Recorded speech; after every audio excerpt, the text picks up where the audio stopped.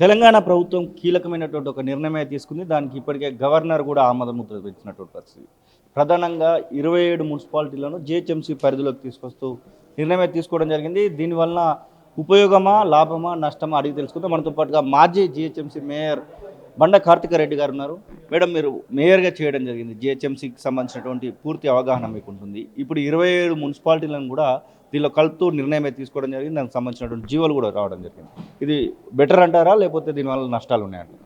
అంటే ఇంతకుముందు ఎంసీహెచ్ 100 డివిజన్స్తోనే ఉండే.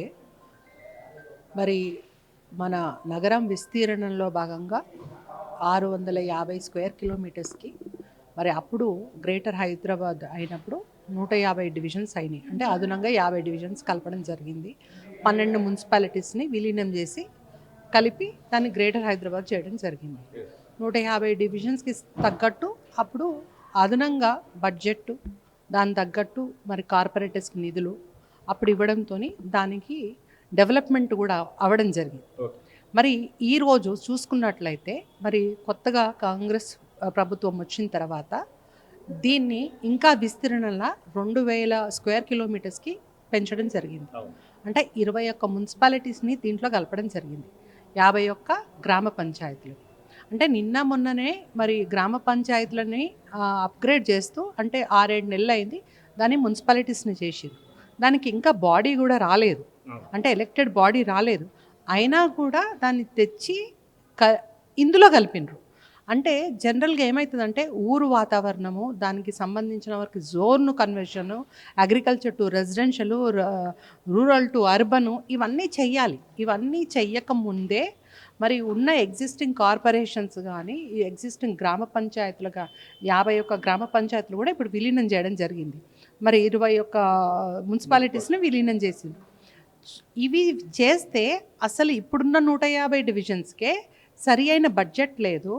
4600 శానిటేషన్ వర్కర్స్ అదనంగా కావాలి. ఇంకా ఈ 30 సర్కిల్స్ ఉన్నాయి ఇప్పుడు ఎగ్జిస్టింగ్. ఈ ఎగ్జిస్టింగ్ సర్కిల్స్కే ఉన్న 15 నుంచి 16 వరకు సర్కిల్ ఆఫీసర్సే సరిగ్గా లేరు, అంటే సర్కిల్ ఆఫీస్ లెవెల్లో. మరి ఇవే సరిగ్గా లేవు, శానిటేషన్ సరిగ్గా జరగట్లేదని తెలుసు. మీరు మొన్న మరి బై ఎలక్షన్లో చూసుకున్నట్లయితే జూబ్లీ హిల్స్లో మరి ఏ విధంగా ఉందో మనం చూసినాం. మనం 10 ఏళ్ళు వాళ్ళు పరిపాలించిండ్రు, 2 ఏళ్ళు వీళ్ళు పరిపాలించిండ్రు. ఈ 12 సంవత్సరాలలో ఏ విధంగా అభివృద్ధి జరిగింది అనేది ఒకసారి మనం చూసుకుందాం. మరి ఈ 2 సంవత్సరాల నుంచి గడిచిన 2 సంవత్సరాల్లో మరి కాంగ్రెస్ పార్టీ రూలింగ్ వచ్చిన తర్వాత ఏ విధంగా అభివృద్ధి చేసిండ్రు అని అంటే అక్కడ ఎక్కడ కూడా లేదు, శూన్యం. ఈ శూన్యాన్ని పట్టుకొని దాన్ని అప్గ్రేడ్ చేయాల్సింది పోయి అదనంగా నిధులు తీసుకురావాల్సింది పోయి ఈరోజు 6000 కోట్ల రూపాయలు అప్పులు ఉన్నాయి జిహెచ్ఎంసీకి. మరి ఈ అప్పులు లాంగ్ పెండింగ్ కాంట్రాక్టర్స్ బిల్స్ ఉన్నాయి, దీంట్లో ఏమంటారు బాండ్ లోన్స్ ఉన్నాయి. ఇవన్నీ కాకుండా అదనంగా వీళ్ళ మీద భారం వేసి ఇది విస్తీరణ చేస్తే ట్యాక్సులు పెరుగుతాయి, వాటర్ ప్రాబ్లం వస్తుంది, ట్యాక్సేషన్ ఉంటుంది, ట్రేడ్ లైసెన్స్ ఉంటుంది. మరి అదనంగా అన్ని సర్కిల్ ఆఫీస్కి లెవెల్కి సంబంధించినంత వరకు అన్ని ఆఫీసర్స్ని కూడా భర్తీ చేయాలి. ఇప్పుడున్న ఎగ్జిస్టింగ్ ఉన్నదానికే ఇంకా 10,000 మంది స్టాఫ్, అంటే పర్మనెంట్ స్టాఫ్ కావాలా, అవుట్ సోర్సింగ్ కాదు.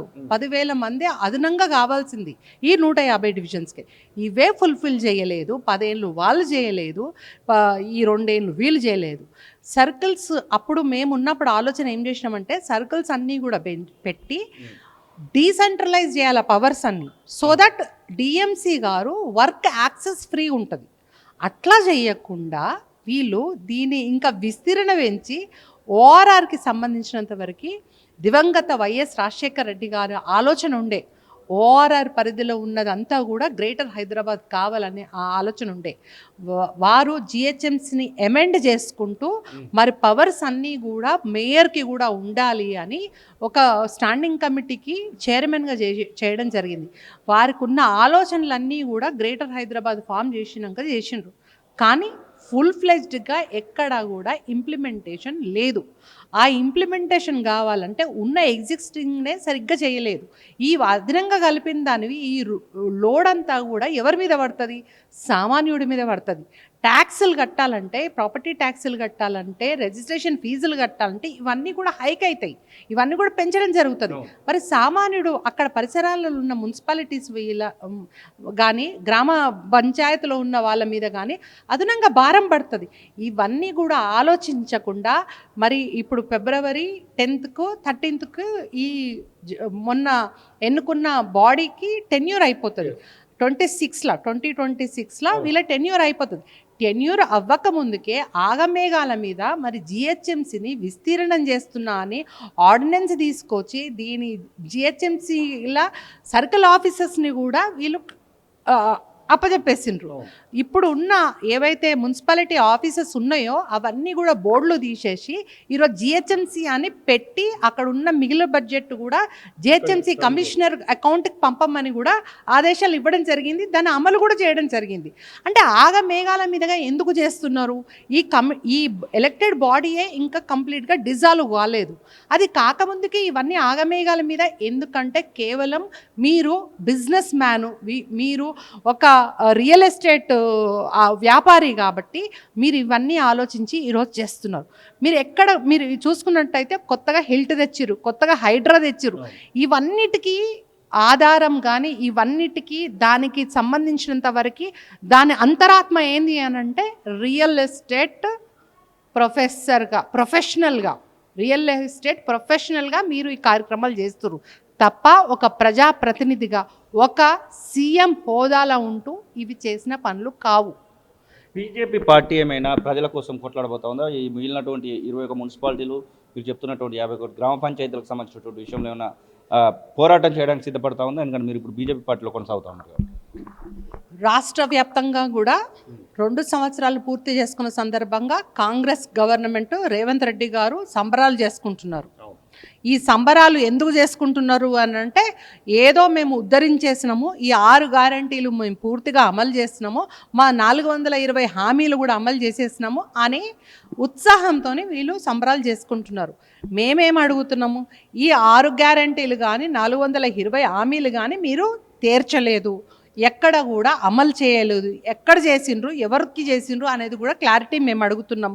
హైడ్రా అని తెచ్చిర్రు, పేదవాళ్ళ మీద దబాయించి చేస్తున్నారు, హిల్టన్ తెస్తున్నారు, ఈరోజు వ్యాపారవేత్తల మీద కూడా మీరు ఒక ప్రభావం చూపిస్తున్నారు. ఇవన్నీ కూడా ఖచ్చితంగా గ్రేటర్ హైదరాబాద్ విస్తీర్ణంలో మేము పోరాటం చేస్తాము. రేపు గ్రేటర్ హైదరాబాద్ పరిధిలో ఉన్న డిస్ట్రిక్ట్ ప్రెసిడెంట్స్, డిస్ట్రిక్ట్లో ఉన్న జనాలతోని, సకల జనులతోని మేము రేపు ధర్నా చౌక్ దగ్గర ఖచ్చితంగా మరి మహాధర్నా చేస్తున్నాము. పొద్దున 9 గంటల నుంచి సాయంత్రం 4 వరకు అందరూ కూడా పార్టిసిపేట్ అయ్యి యావత్ తెలంగాణ అంతా కూడా వ్యతిరేకంగా ఉన్న గవర్నమెంట్కి చెప్పినవన్నీ కూడా చేయలేకపోయినరు, అవన్నీ కూడా చెయ్యాలని వారి మీద ప్రెషర్ తీసుకురావాలని నిన్న చూసుకున్నట్లయితే స్టేట్మెంట్ నా ఒక కన్ను అది, నా ఒక కన్ను ఇది అంటున్నారు రేవంత్ రెడ్డి గారు. మరి మీరు అభివృద్ధి కానీ మీరు చేసిన సంక్షేమ పథకాలు కానీ ఇవన్నీ అమలు కాకపోతే బీజేపీ 3వ కన్ను తెరుస్తుంది ఖబర్దార్ రేవంత్ రెడ్డి గారు. అసలైన తొలి వెలుగు. ఫాలో వాట్సాప్ @తొలి వెలుగు official.